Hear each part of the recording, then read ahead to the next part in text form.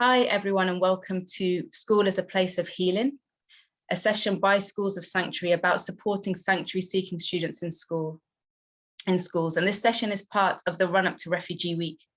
And we're going to have contributions from other Refugee Week partners, the International Rescue Committee and the NEU, the National Education Union. I'm Emily from Counterpoint Arts, which coordinates Refugee Week. I'm going to speak briefly about Refugee Week, and then we're going to hear from Schools of Sanctuary and our partners before moving on to having time for your questions. So I know lots of you have been involved in Refugee Week before. Refugee Week is an annual festival which celebrates everything refugees and people seeking safety bring to our shared societies, and it celebrates welcome. And the theme of Refugee Week this year is healing. And with this theme, we're really focusing on how coming together and supporting each other makes healing possible for refugees, for our communities and for our planet. We're about to start using a tagline: when we come together, we can start again. And I think that's really our starting point for this session. And you know, huge applause for all of you for the work you're doing to support healing in the schools where you work. So Refugee Week uses arts, culture and education to help people understand and connect with the experiences of refugees, and at the very basic level to understand that people fleeing war and persecution are human beings just like them. And as I'm sure many of you have experienced, children have the capacity to understand this in a very direct way, which is really an example for the rest of us. Refugee Week is celebrated by hundreds of organisations of all kinds across the UK, from kind of big arts organisations and venues to schools, faith groups, universities, grassroots groups. Refugee Week events can be really big and they can be really small. And schools are one of the most important spaces for Refugee Week, and we're really proud that Schools of Sanctuary, through the City of Sanctuary Network and the NEU, are national partners in Refugee Week. And that hundreds of schools take part in Refugee Week every year. And that includes all key stages, from like nurseries right up to secondary schools and beyond. And schools, children and young people in schools take part in Refugee Week in all kinds of ways, using creativity, particularly to help young people understand the experiences of refugees and to show their support and solidarity. So this can be through special classroom lessons, through assemblies, through hosting artists and speakers, to activities outside the school gates. And so it's an open platform. We invite you to respond to the theme of healing. We invite you to do what works for you in your school. We've got lots of resources and ideas to help you. So on the Refugee Week website, you'll find information about the simple acts, which are 8 simple things we invite people to do for this Refugee Week. So there's things like reading a book with book lists for children and young people, an invitation to send a message of solidarity and hope, a simple act around sharing a dish and sharing stories through food and recipes, and many more. So you can find out more about the Simple Acts campaign on our website. And in the next couple of weeks, we're going to be sharing a schools resource pack with activities for all key stages for this year's Refugee Week. So that will include information about the Day of Welcome, which is organised by Norfolk Schools of Sanctuary for schools everywhere on the 17th of June. We'll have activities linked to books by Dina Nayeri and Sita Brahmachari, lesson plans from the British Red Cross and more. And if you know of any resources that should really be in that schools pack for Refugee Week that I haven't mentioned, do let us know. So that's all from me. I'll pop my contact details in the chat. If you've got any questions about Refugee Week and how you can get involved in your school, we'd love to hear from you. And without any further ado, I am delighted to be handing over to Sara and Zaina at City of Sanctuary UK, who work on their Schools of Sanctuary stream. And Sara and Zaina are going to be speaking about the challenges to psycho-emotional well-being for sanctuary seeking students. Over to you, Sara and Zaina. Great. Thank you all so much for being here today. As Emily said, it can be quite difficult to rally after a long week of school, so it's great to see so many teachers on the line. For those of you who don't know me, my name is Sara Trewhitt. I'm the Director of Operations at City of Sanctuary UK, but I work with my colleague Megan, who's also on the call, on our Schools of Sanctuary work, and with Zaina on our wellbeing and health efforts. So I'm just going to quickly share a couple slides in a few minutes, and I'll go between myself and Zaina to share some of the thoughts and thinking to kind of keep in mind as you approach developing a classroom that can feel like a healing space to new arrivals. I did just want to put a plug in. I know it seems there's a mix of students and teachers and schools who maybe aren't active in the network of Schools of Sanctuary, but we really encourage you to consider getting involved. We have a whole range of resources on the Schools of Sanctuary website, including activities that you can do up through and beyond Refugee Week. We're so delighted. This is our second time co-hosting an event with the Refugee Week team. And I think it's such an important opportunity every year to celebrate the wonderful things that new arrivals bring into the classroom. But without further ado, I'm going to open up my presentation. So just give me one moment while I share my screen.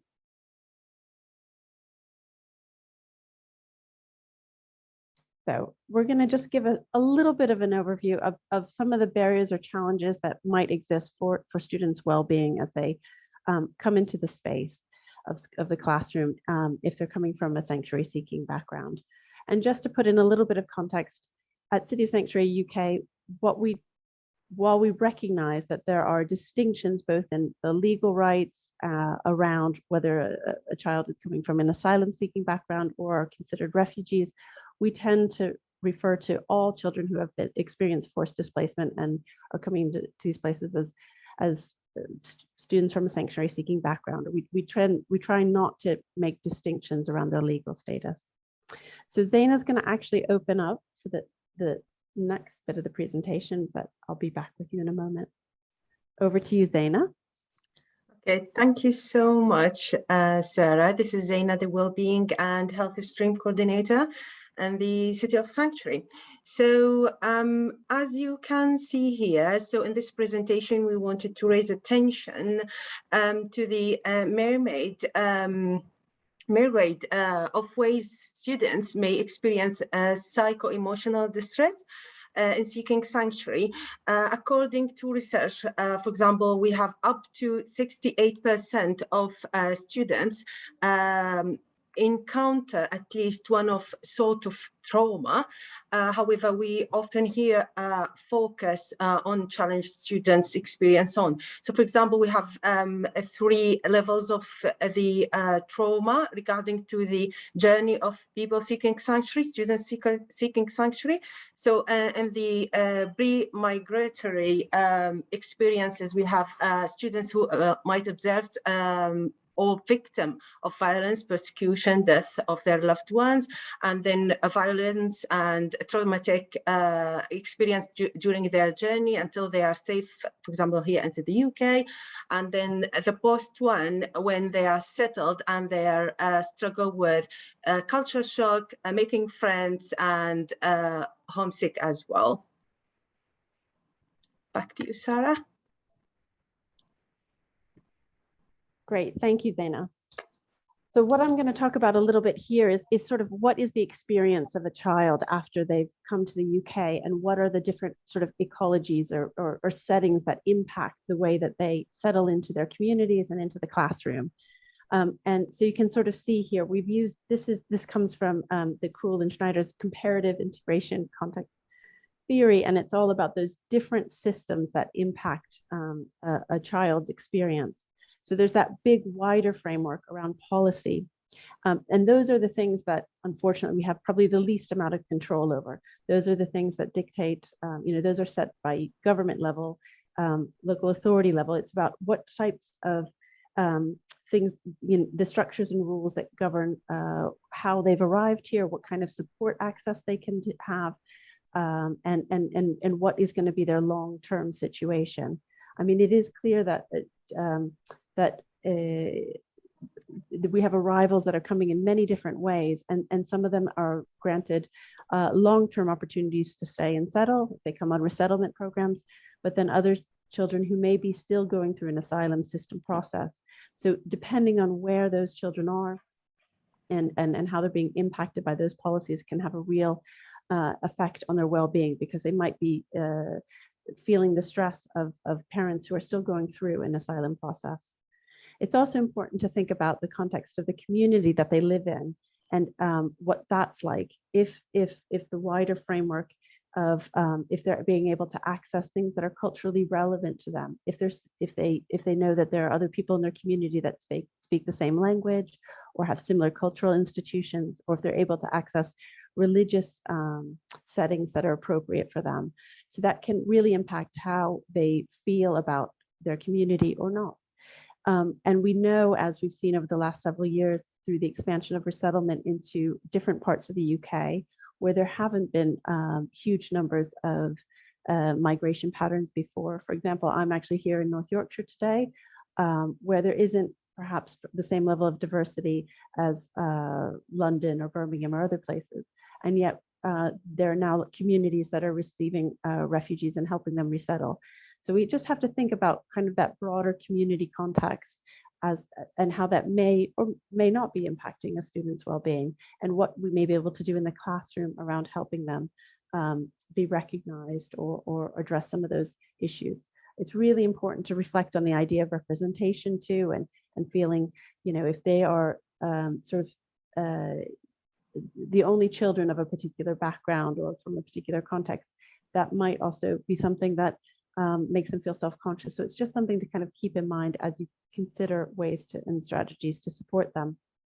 And then, of course, there's the school context. It's about what kind of welcome they receive when they first arrive, what kind of services are provided, how quickly they're able to adjust, learn English, access EAL. So it's, and there's lots of ways, and we have some fantastic resources on the website and many examples from some of the schools that are on the call today about really great activities and things that schools can do to really make their communities welcoming for anyone who arrives. And that can be as simple as, creating bulletin boards full of welcome messages, making sure that people have appropriate pictorial dictionaries in different languages to help them adjust. So it's just trying to think about, in the context of those different layers of society that can impact a student. I'm going to turn this back over to Zaina for her.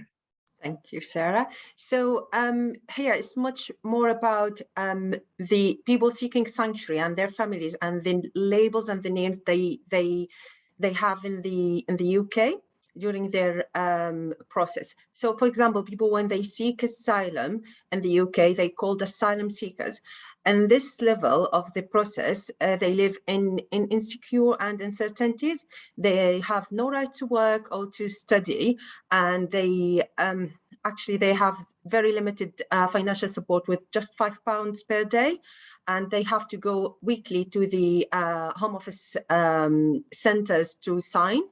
And now we have just the Rwanda plans, which is just passed last week, unfortunately.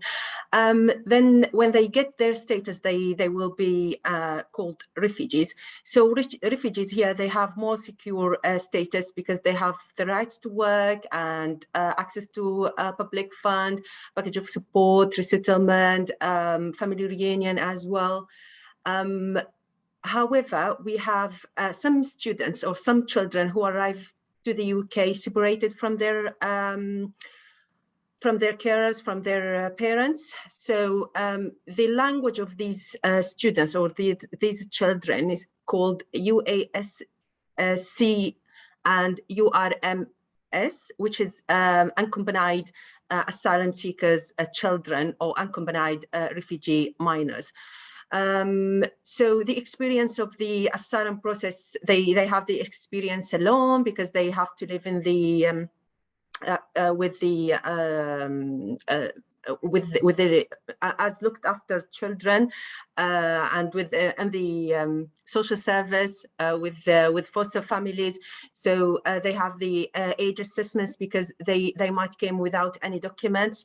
So here more focus on the policy context, and as well as we have now the some other schemes like the Afghan scheme, Syrian refugee scheme, and Ukrainian schemes as well, and nationality and new borders bill. So we have lots of terms regarding to the students in our schools. Again, each group has its own mental health and problems that goes related to their process with the Home Office. Back to you, Sara.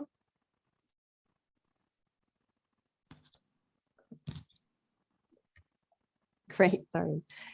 So what we really wanted to also emphasize, and clearly you will know this as educators, that trauma that children might have experienced in flight, in transition, coming, is sort of evident. We know that children who see and experience war, that's deeply upsetting. However, we did really want to kind of focus and drill down on some of the things that may impact an ongoing experience of a child who's experienced forced displacement. So this is just this section, we're just going to explore a little bit more some of those challenges that you may see students experiencing and may manifest in the school context. So the obvious one that we talk about initially, sort of at the beginning, is obviously the language barrier. The fact that students arrive and may not have any prior knowledge of English, and so they have to get up to speed very quickly. And obviously we recognize across the UK that we have fantastic ELA provision in many places, but in other places where we have new arrivals, for example, there are Ukrainians who are arriving into more rural areas where there might not be as much capacity on that front. There's some fantastic resources on our website. For example, the Bell Foundation does a full range of really great resources, reports, information to help support the AAL provision. There's NALDIC that writes a journal, providing lots of information.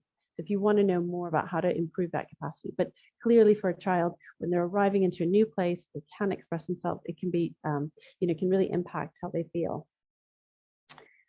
Obviously, there's the issue of whether or not they're experiencing racism or xenophobia, whether it's through sort of directly seeing or feeling acts of racism directed towards them, or if they feel, sort of subtext, or if they're feeling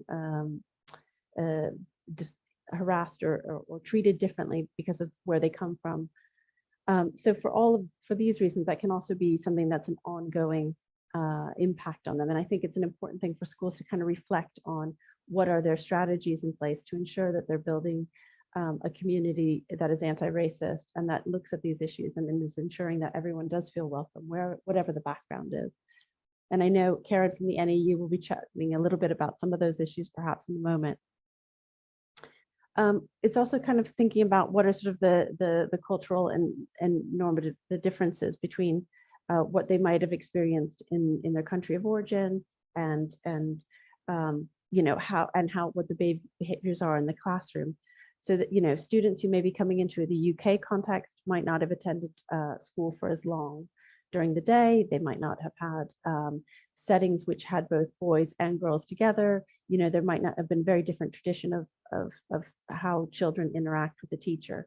So it's important to kind of recognize that if they are coming from a context where the educational system is very different, they might need support and help in understanding how the classroom works.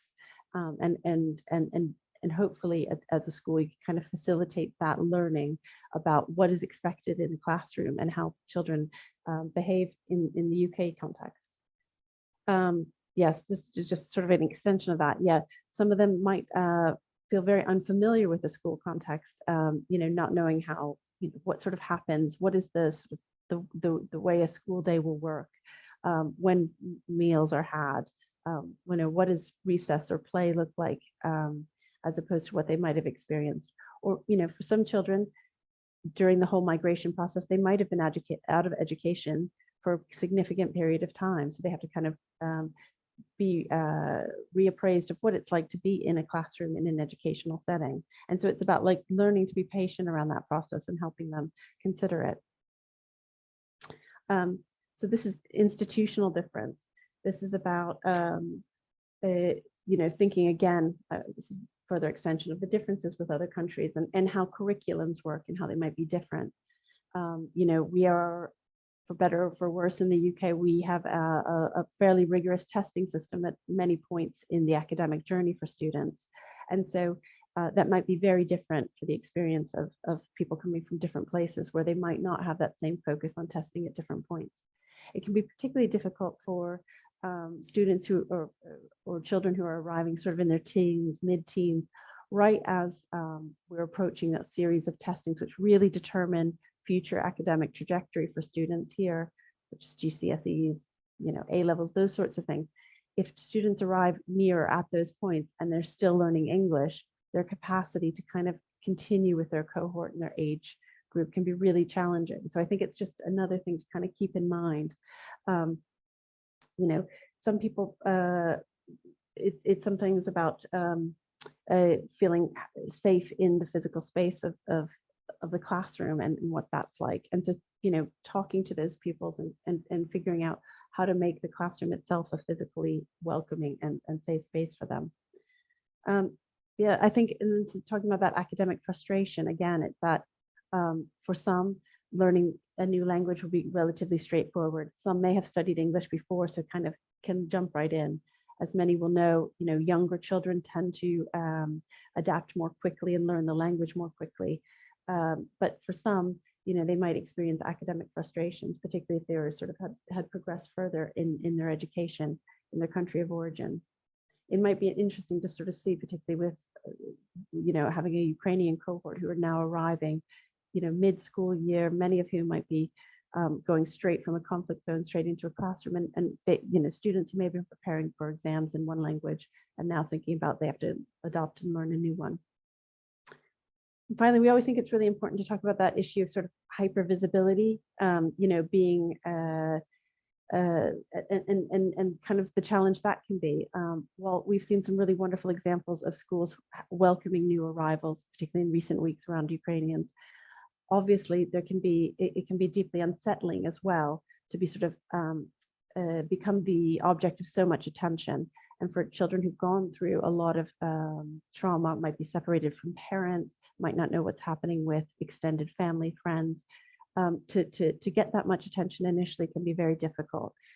Also, if you're one of the only representatives of your sort of culture or heritage in a school, that can also feel a little bit daunting. And you can get a lot of attention. So I think it's just something to keep in mind in the classroom space and try and help students navigate that process of all the curiosity and warmth and welcome that other pupils might want to offer them, but at the same time, give them a little bit of an appropriate space and make sure that they don't become the object of so much attention, particularly if they don't feel comfortable. So with that, I'm going to stop sharing my screen, and I'm hoping, thanks, Megan has dropped in some of the resources and things that I've been speaking about here in the slideshow. I'm going to hand back to Emily now.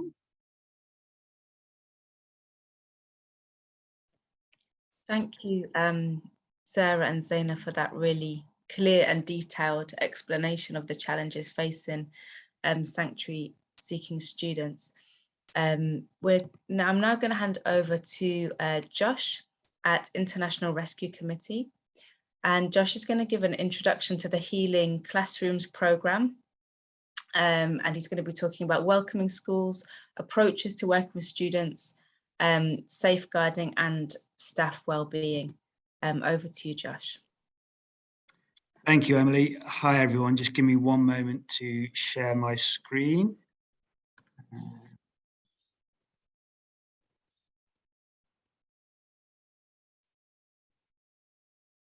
Right.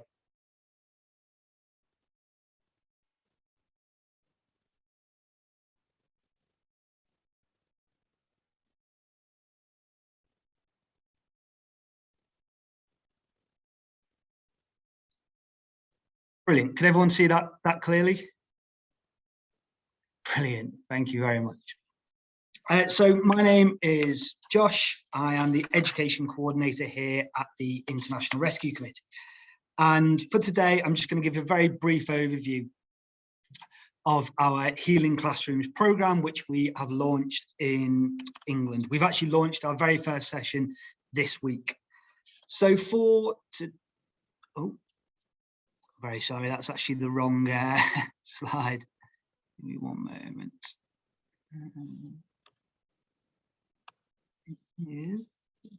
This one, sorry about that.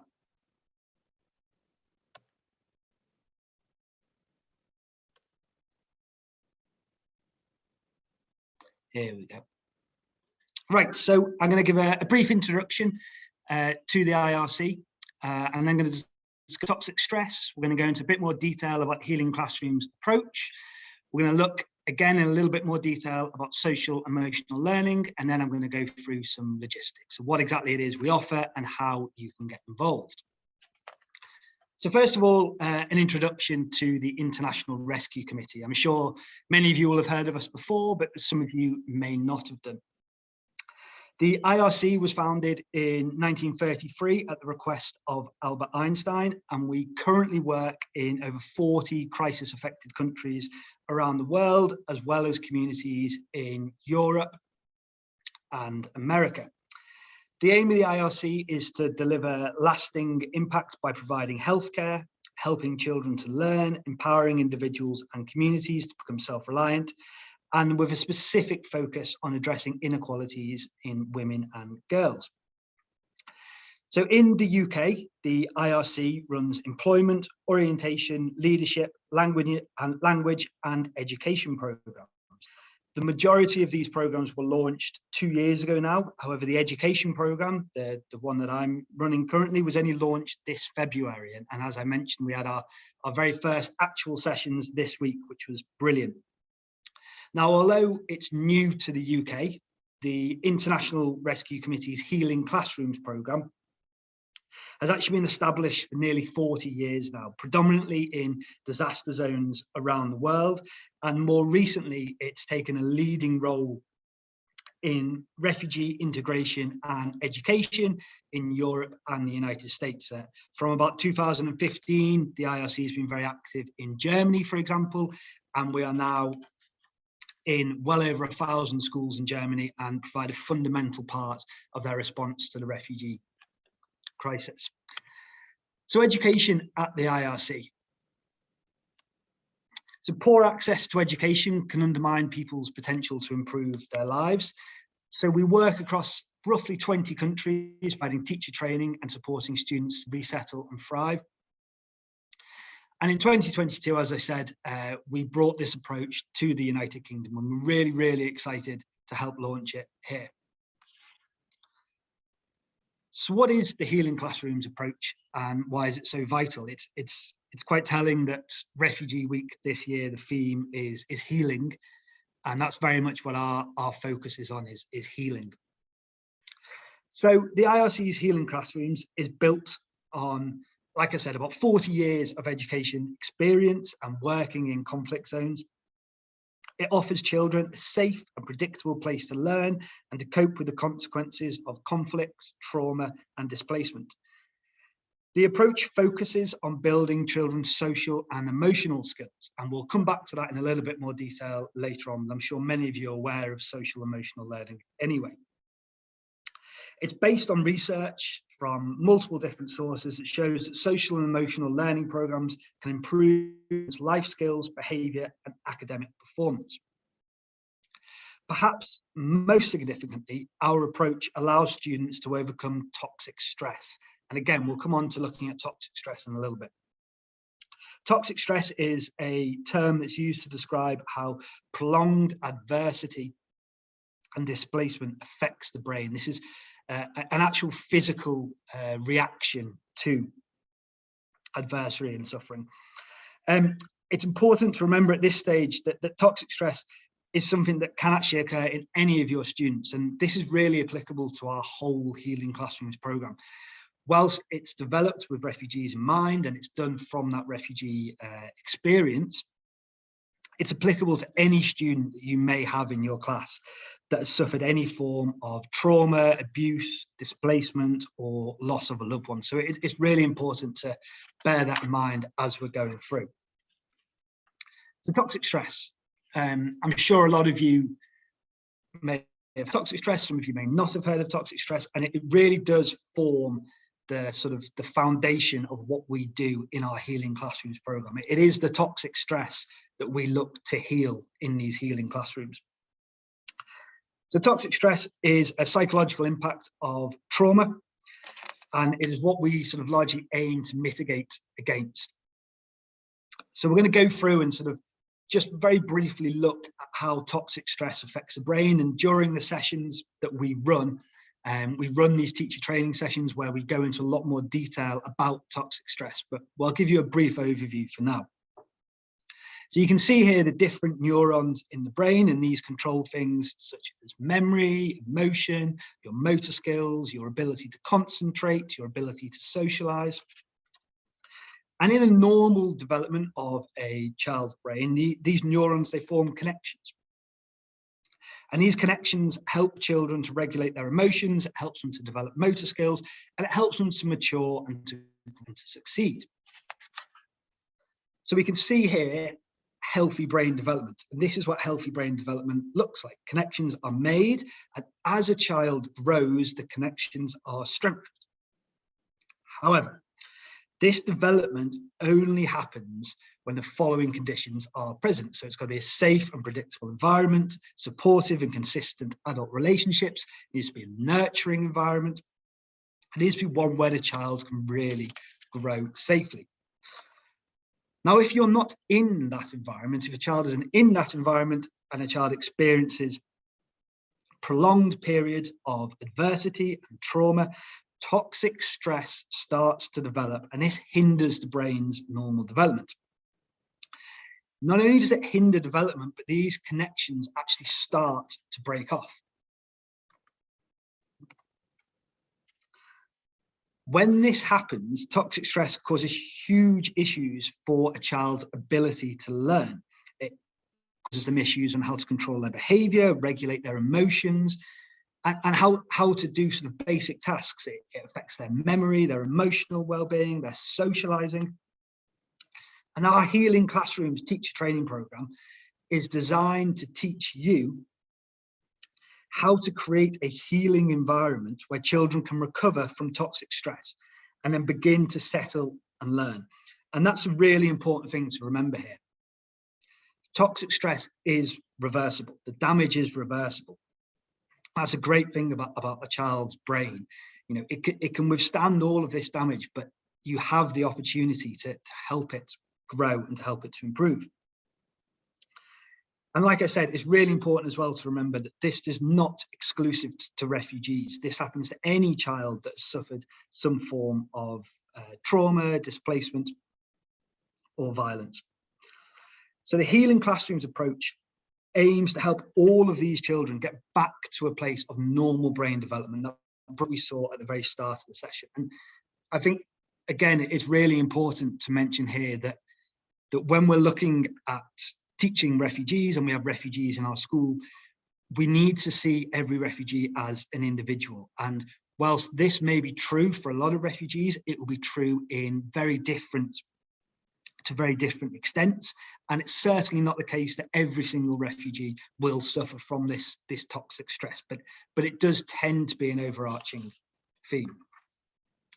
So we've looked at what we envisage as the issue, what you need to address. And I'd like to sort of go into a little bit now about what is a healing classroom. And our teacher training program teaches schools and it teaches teachers how to create a healing classroom. So our approach focuses on expanding and supporting the positive role that teachers can play in this healing environment. So the healing classroom addresses ways in which teachers can strengthen students' sense of control, sense of belonging, their sense of self-worth, help them create positive relationships and create an environment that allows intellectual stimulation.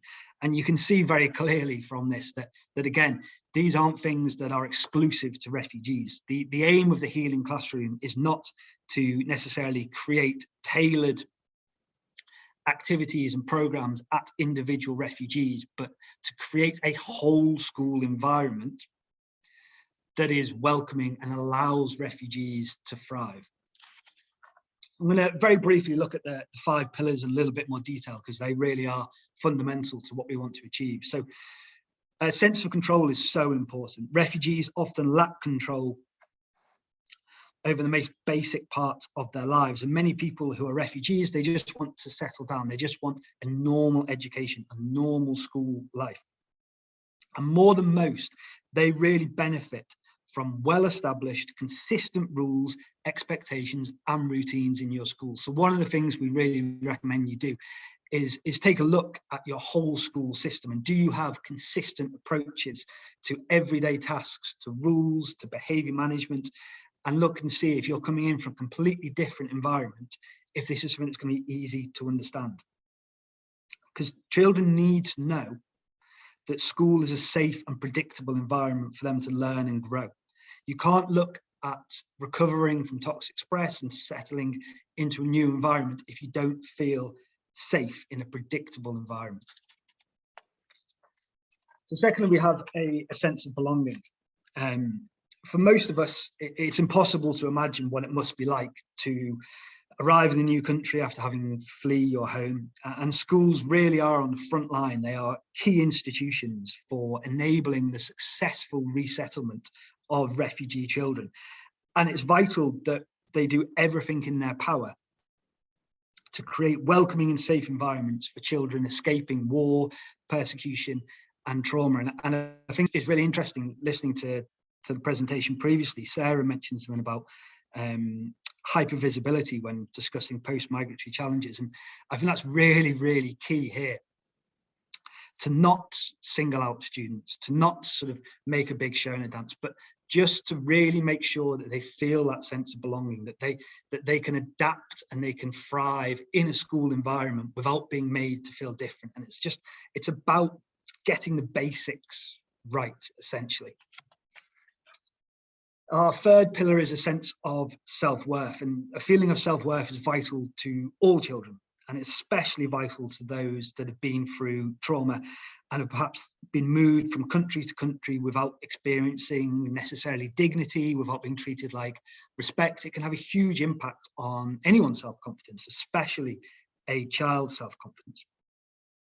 Coupled with this, many refugee children might have experienced gaps in their education. They might have experienced violence at school. They might not have had a very good school experience.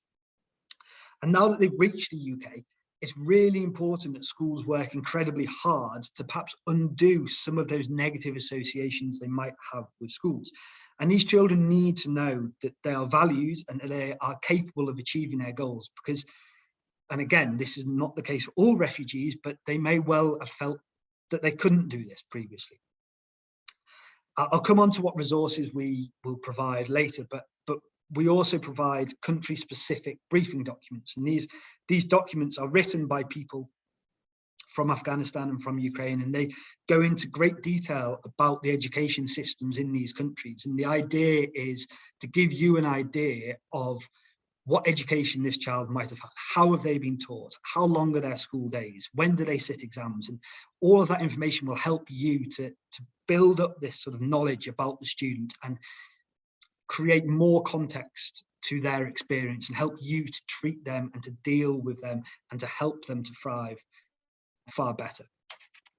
Our fourth pillar is positive relationships, and again, it doesn't need explaining too much that it's incredibly vital to help students develop these social relationships, especially when you're coming from another country. You might feel different to the rest of the people in school, and there are lots of things that schools can do to help sort of organically, these relationships to sort of organically develop, and you can sort of nudge them in the right direction, if you like, without making it too obvious. And our fifth and final pillar is intellectual stimulation. As I mentioned previously, and you're all aware, that refugee students have likely experienced large gaps in their education, and they've probably been schooled in very different methods. However, creating this stimulating environment requires teachers not necessarily to just assess their knowledge, but their skills.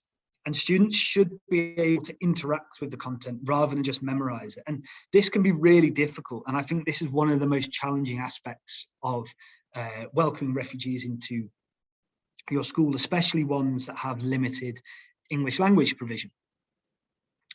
And one of the things that we recommend is that regardless of their language provision, that refugee students should, in most circumstances, be put in the top set, for example, where they are in a better environment, an environment more conducive to learning. And it's really important to remember that a lack of English language ability does not mean a lack of knowledge. They may well have experienced an outstanding education, especially many Ukrainian refugees, and may well be star geography students. But if they don't know the word for volcano in English, they can't access the lesson, and they might have a wealth of knowledge. They just can't find a way of conveying that. And it's really, really important that teachers bear this in mind when teaching refugees, that a lack of English language does not equate necessarily to a lack of knowledge in general. So this is a slide taken from our second teacher training program. And this is what we would do typically in our lessons. And so this is in our teacher training program. This is not something that you would do with students. We would look in a lot of detail about our technique for a sense of control. And then we'd use a case study. These are made up case studies, but using the teacher handbook that we provide and an extensive resource bank that we also provide, teachers are then encouraged to go into breakout rooms and in groups provide solutions to these hypothetical case studies. Now, this case study about a girl called Maha who fled Syria is made up, but in reality, it's designed to reflect some of the experiences that some refugees may have experienced. And the idea of doing these breakout rooms is twofold. You work with other people from your local area and other people that have refugees in their schools, and you can learn from each other. And secondly, it's to give you something concrete to take away and use the next day in your lesson. And we're really, really key in our teacher training programs that these lessons, that what we teach you is able to be used the next day. You know, it's all well and good talking about theory, but unless we give you something concrete to do the next day, it's not all that useful. So we looked at toxic stress and we looked at healing classrooms, and I'll very briefly go into how does a healing classroom help to combat toxic stress. So first of all, you need to create a healing classroom, and this provides a safety and security and a place where social and emotional learning can take place. The most important thing is to create this healing classroom before you do anything else. Once you've created the healing classroom, you can use social and emotional learning to allow students to develop key coping mechanisms and social skills to mitigate toxic stress. This then allows the child's brain to start to repair and puts them in a place where they can learn. So it's you have to achieve one before you can achieve the other. And we have another diagram here. I just quite like this diagram. It shows how they all interlink, and I'll come on to the mindfulness element in a moment. But first of all, you can see that core ring. You have to ensure that the 5 healing classroom competencies are present in your school, in your classroom. And once you do that, you can start to look at either explicitly teaching social emotional learning or also bringing social emotional learning competencies into your lessons and into your classroom. So we're going to briefly touch on the social emotional competencies. Social emotional learning is becoming more and more popular as the evidence grows that demonstrates how vital it is. So when a healing classroom has been established, we need to establish and start to teach these competencies. And these 5 competencies are brain building, emotional regulation, social skills, conflict resolution, and perseverance. And throughout all of these, we embed mindfulness. Now, I've deliberately not spoken all that much about mindfulness in this session, and we also don't speak all that much about mindfulness in our 4 teacher training sessions. That's not because we don't value it. It's incredibly important. It's just that we appreciate that mindfulness plays a large role in lots of different schools already, and there's ample amounts of information out there. And we feel that our best value add in the short time we have is to focus on our social emotional learning and the 5 pillars that create the healing classrooms. So for example, session 4 of our 4-part session, we look exclusively at social emotional learning, and we provide you with tools to teach social emotional learning and embed it into your school. There is ample evidence, and more currently becoming available, on why social emotional learning, and we can see just a few examples here from the Education Endowment Foundation. It can add 4 months over the course of the year to learning games, and to the Collaborative for Academic, Social and Emotional Learning Society in America says that students who are explicitly taught SEL should improve classroom behaviour, increased ability to manage stress and depression, and better attitudes towards themselves, others and their education. And you can see there how vital that would be for refugee students. So how can SEL work in your school? Well, classes, games and workshops with a clear focus on SEL competencies can be delivered either in your form time, in assemblies, or at the start, 5 minutes at the start of the lesson. So this is sort of explicit, dedicated SEL time. Or you could just embed it into your classroom. It just becomes part of your routines. For example, brain building is one of the SEL competencies. If you adopt a growth mindset amongst your students, something I'm sure you're all well aware of, that really helps with brain building. So you can start to look at your everyday practices and think, how can I incorporate social emotional learning into that? And again, to help you with that, we provide you with lesson plans, curricula, and a games bank. We provide you with a year-long social emotional learning curriculum that's tailored towards primary schools that you can use. So that's a very brief, although it might have felt quite long, sort of summary of what we offer. And I'll go into a little bit more detail about how you can actually access it and what this actually looks like on a sort of day-to-day basis. So we offer training workshops. These training workshops will be delivered online to schools and teachers across the UK, as well as in person in the southeast of England. These training workshops happen they're 4 times. Each workshop is 2 hours long. They're after school on a Tuesday, Wednesday, or a Thursday. We're currently running them in specific geographical areas.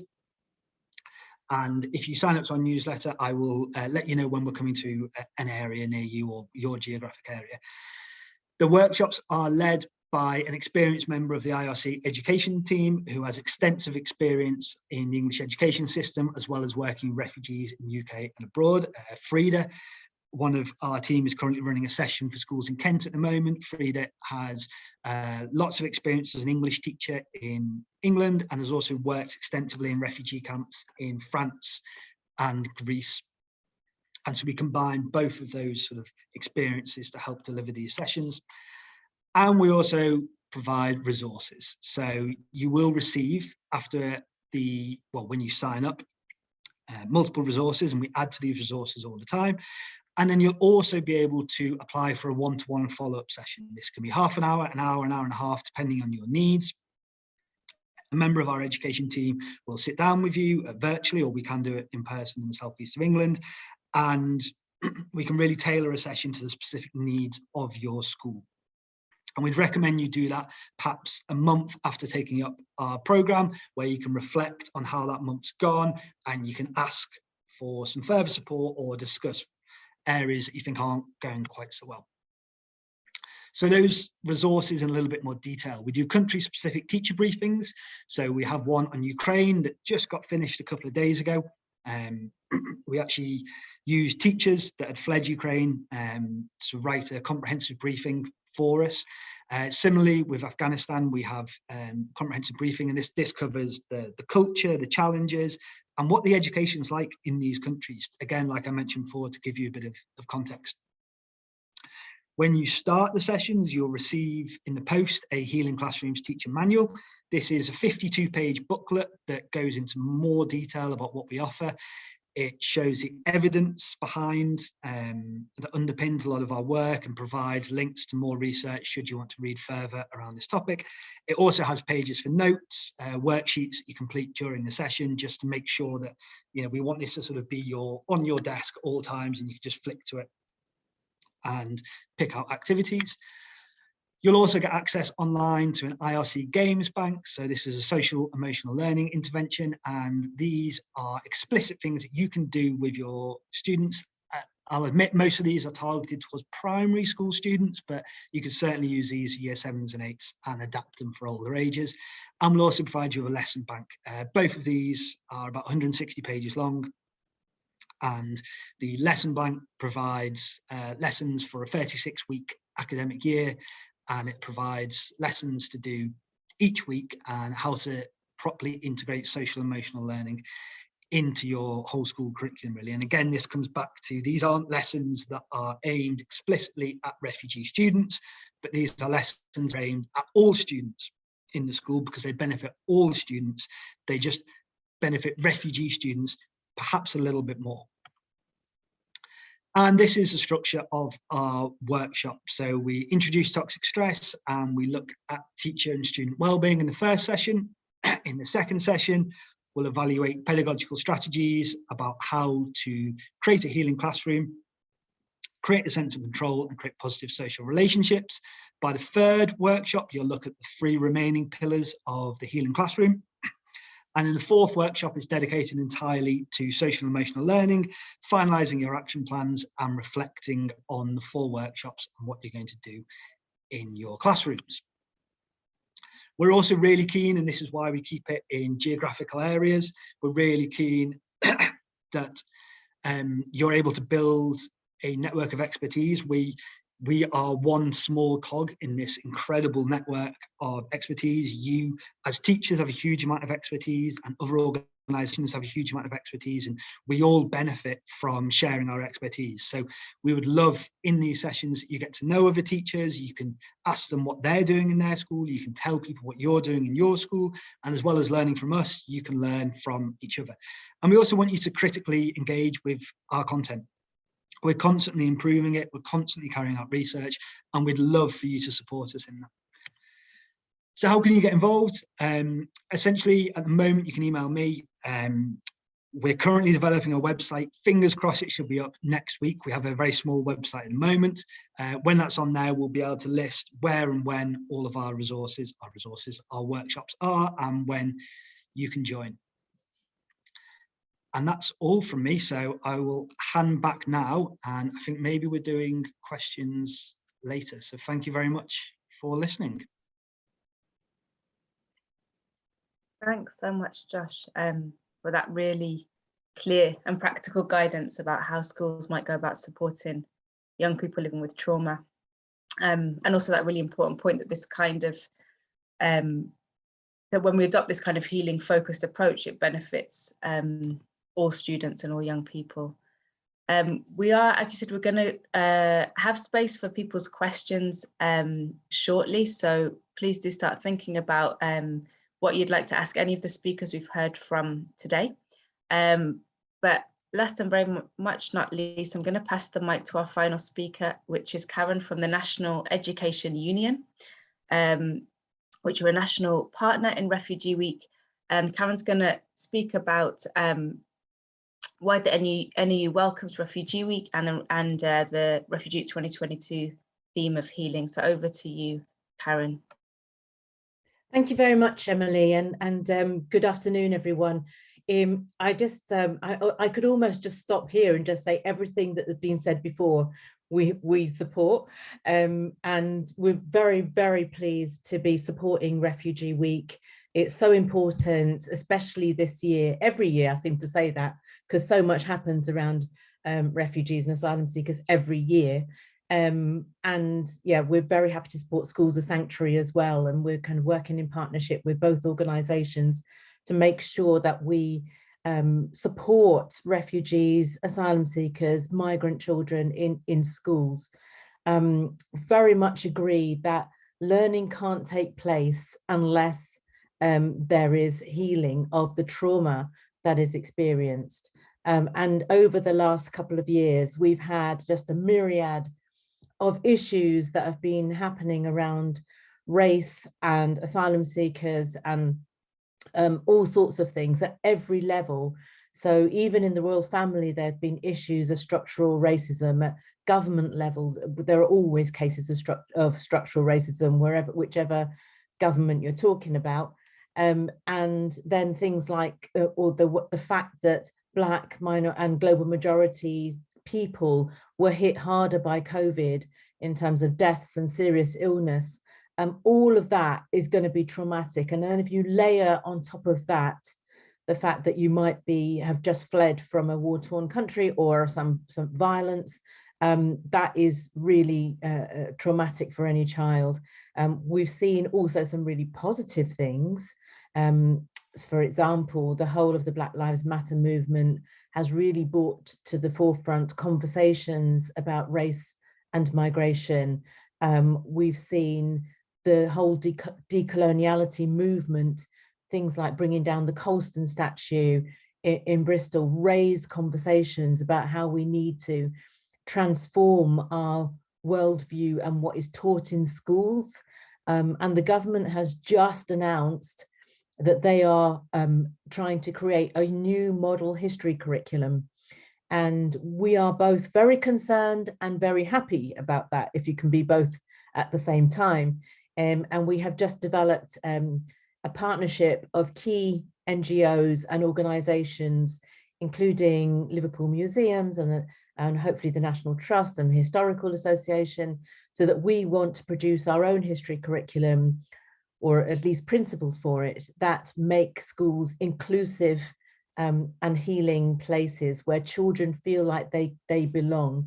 And just as Josh said, we've also done research into belonging and place, and that research just reinforces all the points that unless a child feels that they belong and that they are secure, they won't learn.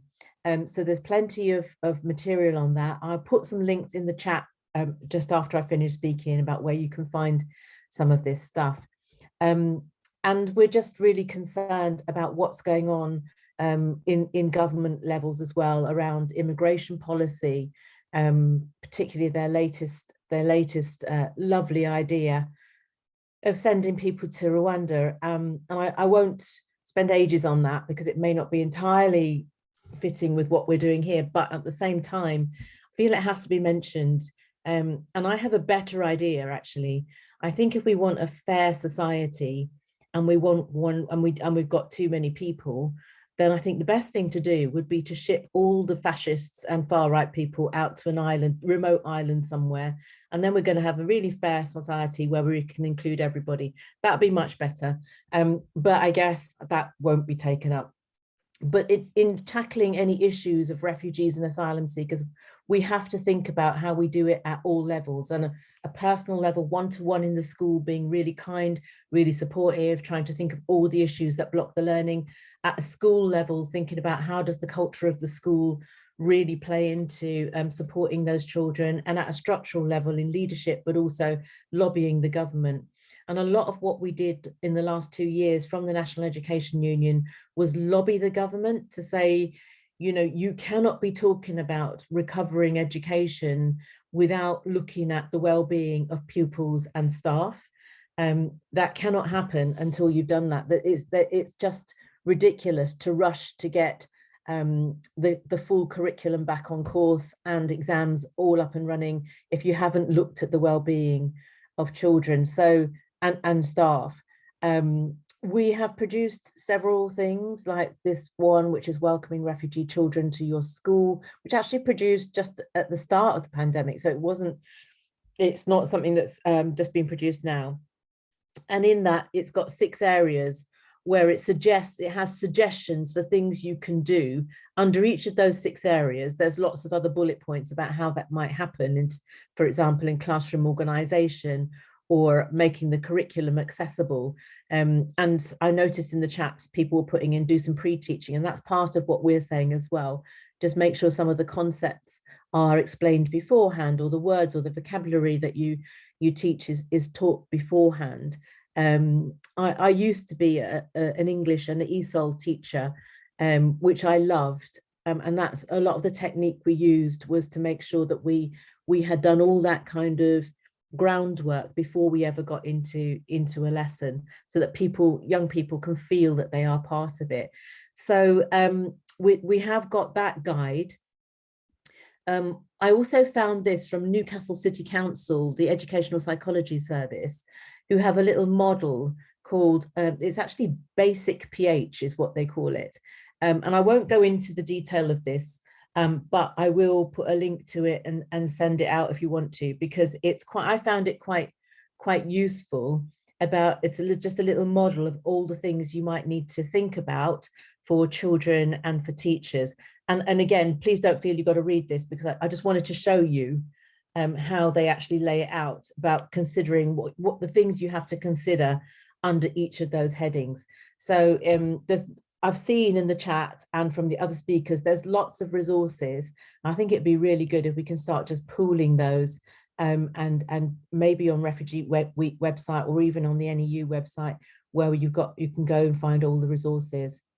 We also have an anti-racist framework for schools, and in there are 5 sections, and one of the big sections is wellbeing and belonging, because as I said previously, we feel that everything else doesn't really matter unless you're looking after the well-being and belonging of your pupils and your staff. So it's meant to represent a whole school approach, and this is available to anybody to use in their schools. We do training on it, and we have trained 2,000 of our members and some people in initial teacher education. And if you would like a training session, we're very happy to support that. So, and just to say that we can all heal, we can all be part of that healing process. It's just, I know one school that they had a system where they just said, in their staff meetings, they said, well, which children might need extra kindness this week? And all the teachers just put in an extra 10 minutes just on that one child, just to make sure that they felt like they were loved. And that unconditional love is so important. And as Josh said, just having that consistent, safe place is absolutely critical. I think it's also important that we look to other models, and there's no picture here. I forgot to put a picture of New Zealand on, but anyway, Jacinda Ardern in 2019 put into place a budget aimed at some of the long-term challenges. It was called a wellbeing budget. And they put billions into mental health services, child poverty, to make sure well-being is top of the list. And it's a 10-year strategy. And I think that they actually measure some of the GDP of New Zealand in well-being terms. And there are other countries that see the child as that is about any refugee, asylum seeker, is a issue for putting extra well-being care in. And I'd really like this country to adopt that kind of approach to learning, that we put well-being first and foremost. Yeah, so I will put some of the links in the chat.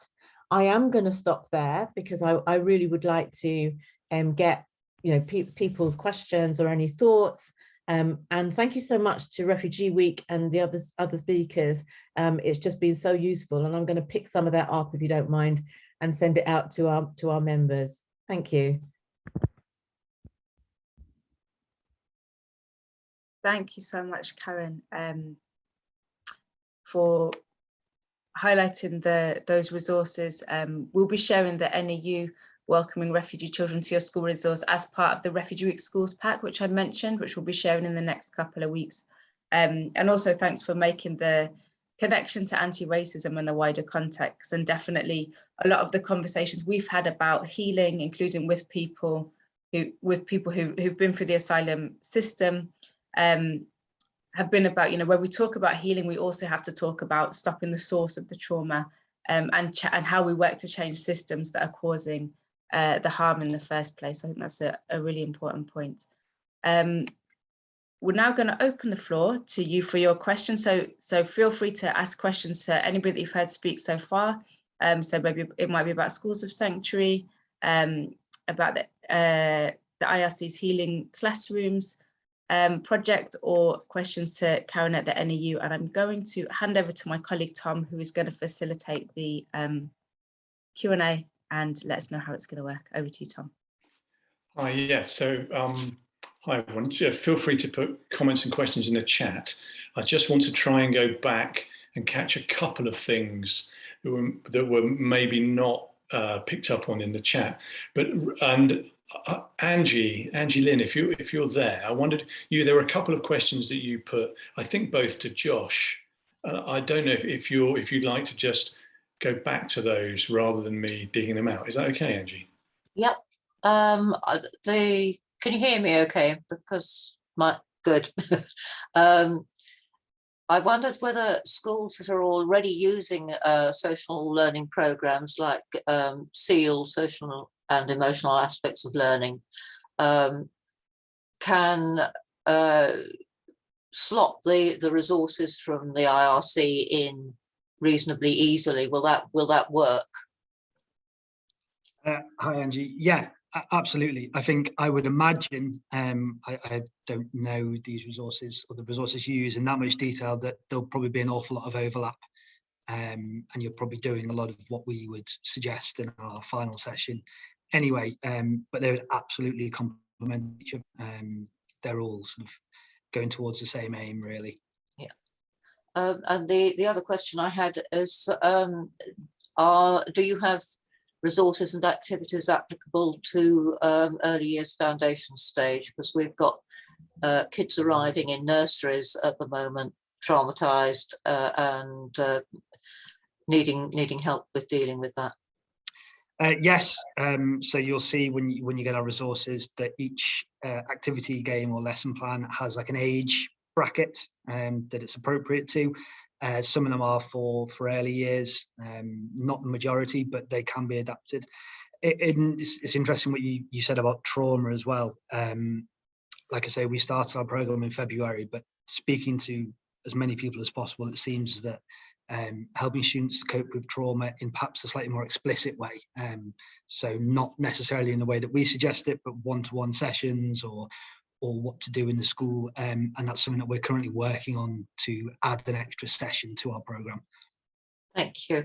And the final point I wanted to make is that all of this sounds very applicable to children and young people coming back to school after lockdown and the pandemic.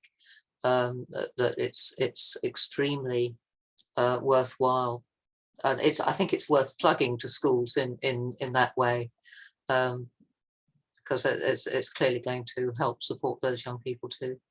Yeah, absolutely, 100%. We're a refugee organisation, and our evidence comes from working in conflict zones and stuff. But you're right, it's absolutely applicable to many students, regardless of background or where they've come from. Thank you. Thanks, Angie. Okay, I was just checking back to a few of the earlier comments in case people have missed them. But in fact, I think the people who made them have gone, so I won't go back to those, but we'll try and pull out, there are a few links in there that we'll pull out in the notes to the meeting and share with people. I'm going to read these questions just in case people can't see the chat. So this is from Judith. Do you want to put this? Do you want to make this comment? Wait a second. Can you hear me? We can. Yeah, I was just thinking the whole time that working in Merthyr, in the valleys in Wales, right? I think this program would be really nice for us, not just for the refugees. We are not very not a focal point of receiving or welcoming refugees, because they tend to go to bigger cities, bigger places. But I seriously love this program, because I have the feeling that we could have our pupils who are only, in quotation marks, ACEs, having their social emotional problems every day. We have loads of Black children, and I just wanted to say that yeah, I wrote in the comment that it sounds very, very interesting, and yeah, would be thrilled if we could implement it in Wales, in our school. Yeah, thank you. I think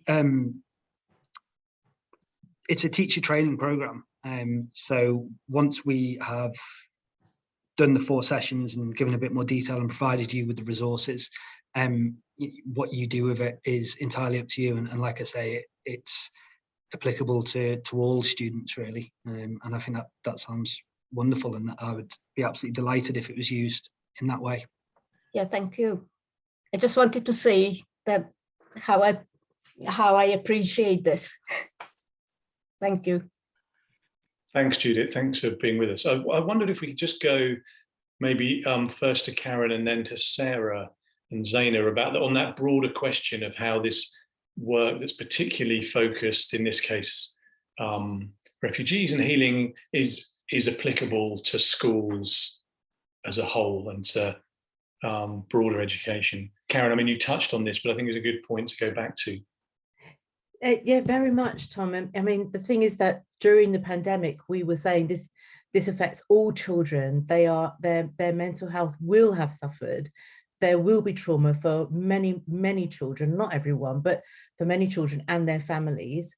And recovery is important to think about for everybody. So a lot of the principles that we talk about for refugee, migrant people, staff and pupils apply across the board. And it's been really important for us to lobby government on that, but also just to give resources to our teachers and support teachers in that, who, were amazing. They were juggling online learning with some face-to-face, with lots of illness, with what do you do about people that haven't got access to digital learning, the poverty that stop people getting the same experience, the exam algorithms, etc. They've been dealing with so much, as well as their own personal traumas, that we really need to support teachers to be well as well, because they can't pass that wellness on to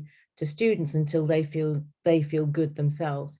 So I think a lot of the work that when Josh was speaking, I was thinking, oh, this is brilliant, we need to do this in schools, and we need to do it with teachers as well. Absolutely, for everybody, I think it'll be really important as just principles of learning across the board. As so often happens when you do things for so-called minority groups, it benefits everyone.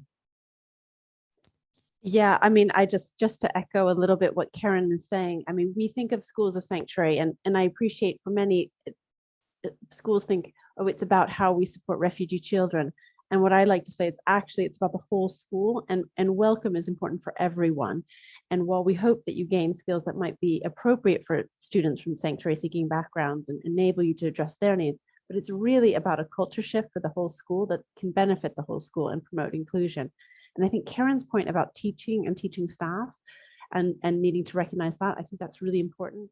Sort of a ethos we often say within our network and things is, and maybe hopefully you can all take this home as educators and people who are giving up time today to learn more, is the importance of also taking sanctuary for yourself and looking after your own well-being, because I think it is crucial for all of us to be able to create safe and healing environments, whether it's at home, whether it's in the classroom, or whether it's hopefully larger, bigger, more political context that maybe Karen touched on before.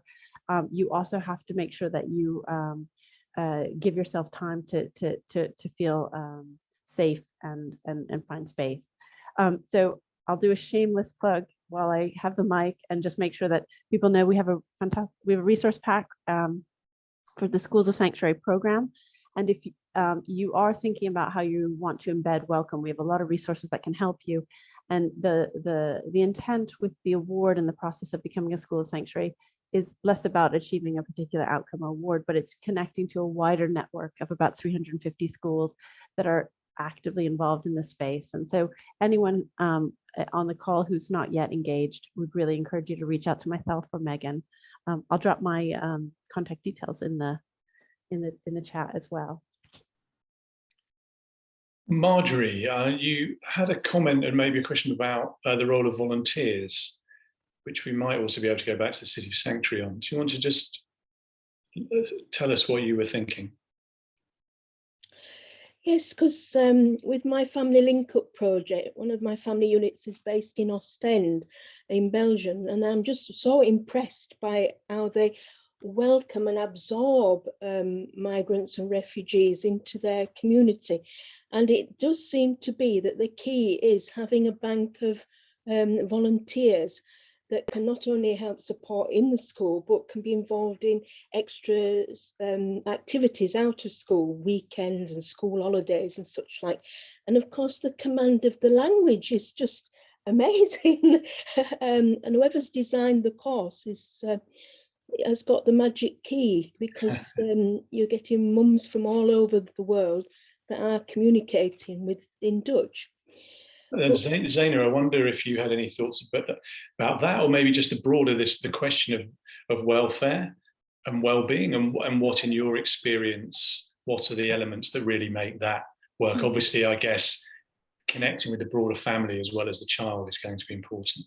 Yes, of course, especially when I just shared my slide about this issue. When we understand the background of the student and the family and all the circumstances that happened and the asylum process, and with, for example, the financial support, the language barrier, this family who's seeking sanctuary are struggling with. So the community, the host community, will more understand what's going on, and they will be more helpful. So, for example, I just run a project called Speak to Me, which is aimed to bring people who are seeking sanctuary with people who speak English as a first language from the host community, and match these people with each other, and then just to start to be open and communicate. And it started just for English acquisition, and then it's ended with belonging, friendships. People know each other now. So these kind of, maybe it's just an example of projects, maybe the community might be able to do it, and yeah, people will be able to have this sense of belonging, which is really, really important. Thanks, Zaina. I think we should probably draw to close. Emily, I'll hand back to you to draw things together. Thanks, Tom, and thanks, everyone. And just a really huge thank you to all of you for being here on Thursday after school. And as Sarah said, do get in touch with City of Sanctuary, follow them on social media, go to their website to find out more about how you can get involved in your school. And we really hope that all of you feel kind of inspired to take part in Refugee Week, which is coming up in a month and a bit. It's 20th to the 26th of June. So do sign up to our newsletter if you haven't already, and keep an eye on our website. We'll be sharing our schools pack in due course. And thank you so much, Sarah, Zaina, Josh, and Karen for your really useful and inspiring contributions. And I will share, so I'll share the video, and I will also share some around the links and the resources that everyone has shared in the chat. So don't feel you need to scribble them down now. I'll email them all around. And that's a wrap. Take care, everybody. Thank you so much. Thank you, Emily. Thank you very much. Cheers, Emily. Thank you. Thank you.